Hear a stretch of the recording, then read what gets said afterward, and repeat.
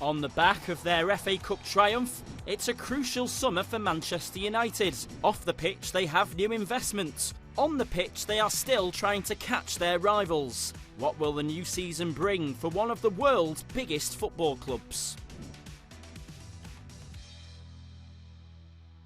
Hello and welcome to Football Now. It's an incredibly important summer for Manchester United as the club steps into a new era. There has been a lot of excitement surrounding the arrival of Sir Jim Ratcliffe and his investment. But as we head into his first summer transfer window, it's time for the real work to begin. I think Ratcliffe has a big job on his hands, and I think fans need to understand that Rome wasn't built in a day and it is going to be a process. You can't do everything all at once. But I think a huge thing that Sir Jim Ratcliffe and Ineos have to get right is the outgoings and the incomings into Manchester United. There's a lot of players that over the course of the season just aren't up to it. We need players that have the talent and the mentality, and there's not enough of them. The last thing Man United want is to be at the start of the season with the same squad that we had, little to no outgoings and not the right signings coming in. So I think recruitment is the first thing I would say that needs to be addressed.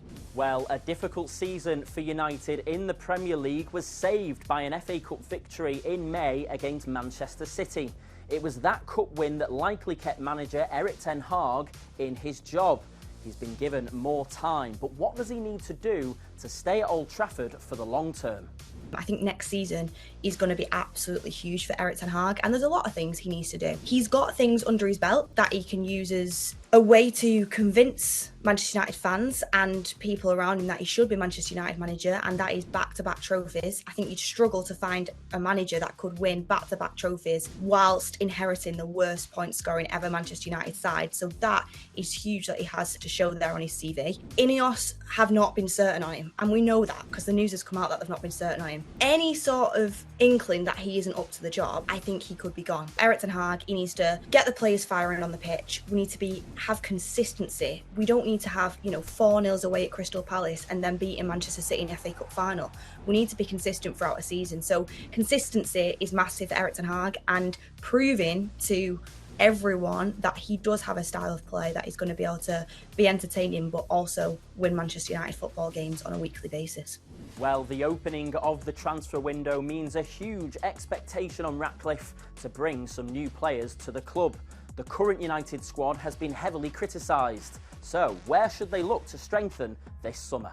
So yeah, when United are fully fit, you've got to say they have still got a very, very exciting and talented squad. You've got Andre Onana in goal, one of the best goalkeepers in world football. Back four, Diogo Dalot at right back, Rafa Varane and Lisandro Martinez in central defence, and Luke Shaw, who is arguably the best left back in the world still.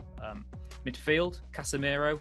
Everyone knows about his exploits with Real Madrid, and we've seen it to a lesser extent at United. You'd have to say Kobbie Mainoo in central midfield alongside club captain Bruno Fernandes.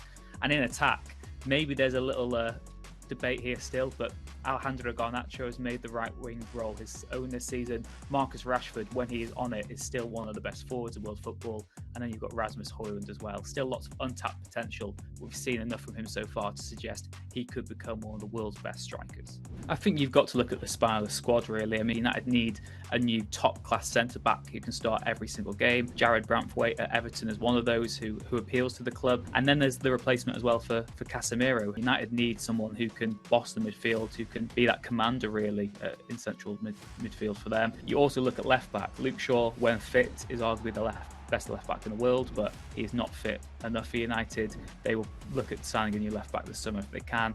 And then the other area that United want to invest in is someone to support Rasmus Højlund in attack. Someone like Ivan Toney, who could be available from Brentford at the end of the season. For United this summer, the focus will be on that spine. New centre-back, new defensive midfielder, and a backup to Rasmus Højlund in attack. Well, despite beating Manchester City in that FA Cup final, Man United have a lot of catching up to do.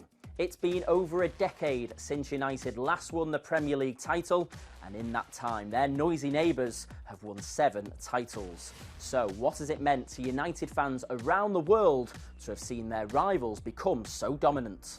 Watching City win all these trophies and play the football they've played and have the results they've had against us, of course, as well. It's been so tough to take. And the really annoying thing about all this for me was it was kind of avoidable from a United perspective. I'm not saying that City wouldn't have won any titles. I think they would have. When you've got that much money and investment in that structure, you're always going to win titles. Pellegrini won a title. Mancini won a title there. It's not just about Pep Guardiola. You've had 3 different managers that have won titles at Manchester City. That's not a coincidence because they're set up to win, set up for success. But Manchester United during that time, we've had this sort of structure that made no sense in place where you've got Ed Woodward calling the shots.